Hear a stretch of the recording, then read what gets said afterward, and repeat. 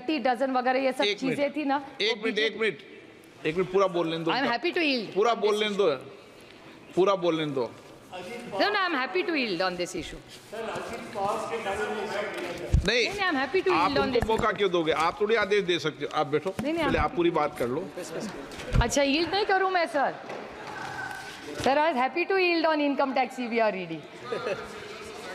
Sir, BJP was the government which talked about high morality. ना खाऊंगा ना खाने दूंगा, बड़ी अच्छी बात थी। मैं भी प्रभावित थी कि इस देश से अगर करप्शन जा रहा होगा तो अच्छी बात है, लेकिन ऐसा महाराष्ट्र में और देश में हुआ नहीं सर, क्योंकि ये इनकम टैक्स सीबीआई और ईडी का जो आइस है, और एक स्टोरी चलती थी महाराष्ट्र में सर जिसको बोलते थे डर्टी डजन। डर्टी डजन मतलब बीजेपी के एक वरिष्ठ नेता है, सांसद रहे हुए, वो आरोप करते थे कि एनसीपी मतलब not nationalist Congress party sir, naturally corrupt party जो उनको कहते थे, और जो ओरिजिनल है वो क्लेम करते वही है। अगर original naturally corrupt party original है तो अभी उनकी तरफ है। So I seek a clarification from the honourable finance minister कि she should give us a line and tell us कि income tax CBI ED naturally corrupt party original बड़ा claim करते हैं उनकी है।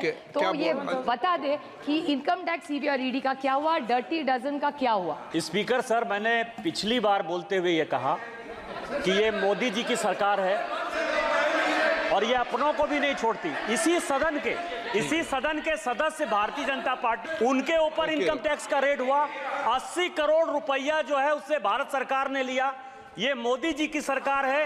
यदि भारतीय जनता पार्टी के भी लोग चोरी करेंगे तो उनके ऊपर भी इनकम टैक्स होगा, ईडी होगा। और जो राहुल गांधी जी के ऊपर है, आपका पीएमएलए एक्ट है जिसके कारण उनके ऊपर जो है ईडी का केस चल रहा है। Okay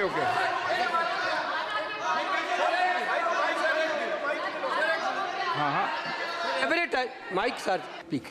Whenever he spoke in the house, he spoke only.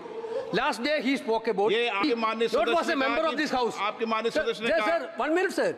Not a member of this house. He told in this house that it is totally wrong, sir. Which is totally wrong. Every time he is telling this galat baat. आप okay, please.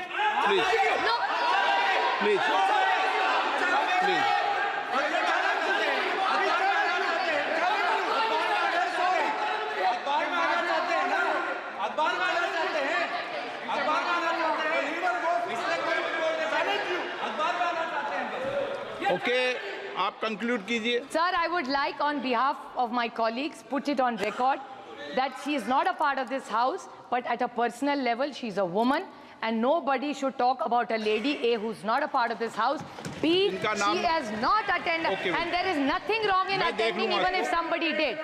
कोई चोरी नहीं है उसमें. जिस शादी में प्रधानमंत्री जा सकते हैं उसमें क्या दिक्कत है किसी और को जाने के लिए? So it's not fair to say bring somebody's wedding in it. Sir, it's not fair. Sir, it's not fair. She is not a member. Sir, she is not a member of this house. And she did not attend. Let's go by factuals. There's nothing wrong in attending a wedding officially. What is wrong in attending? But let's not do a fake narrative. The problem with the BJP is they do fake narrative and malign people. They have maligned my family as the way they have maligned hundreds of other families. Have they ever thought what our families go through? जब लोगों को झूठ arrest करते, कभी सोचा है उसकी बीवी क्या सोचती है, उसकी माँ क्या सोचती है, उसके बच्चे क्या सोच रहे? They are only doing this just to be in power for their selfish needs. So they should be fair. I remember Amit Shahji's statement. I'm saying this last Amit Shahji's statement. I'd like to quote the Honorable Amit Shahji. He said जब आप एक उंगली सामने दिखाते हो तो 3 उंगलियां खुद पे. So BJP with full humility I quote Amit Shah ji only कि जब एक उंगली हमारी तरफ दिखाते हैं तो 3 आपकी तरफ है. That's all I say. Thank you very much, sir. आप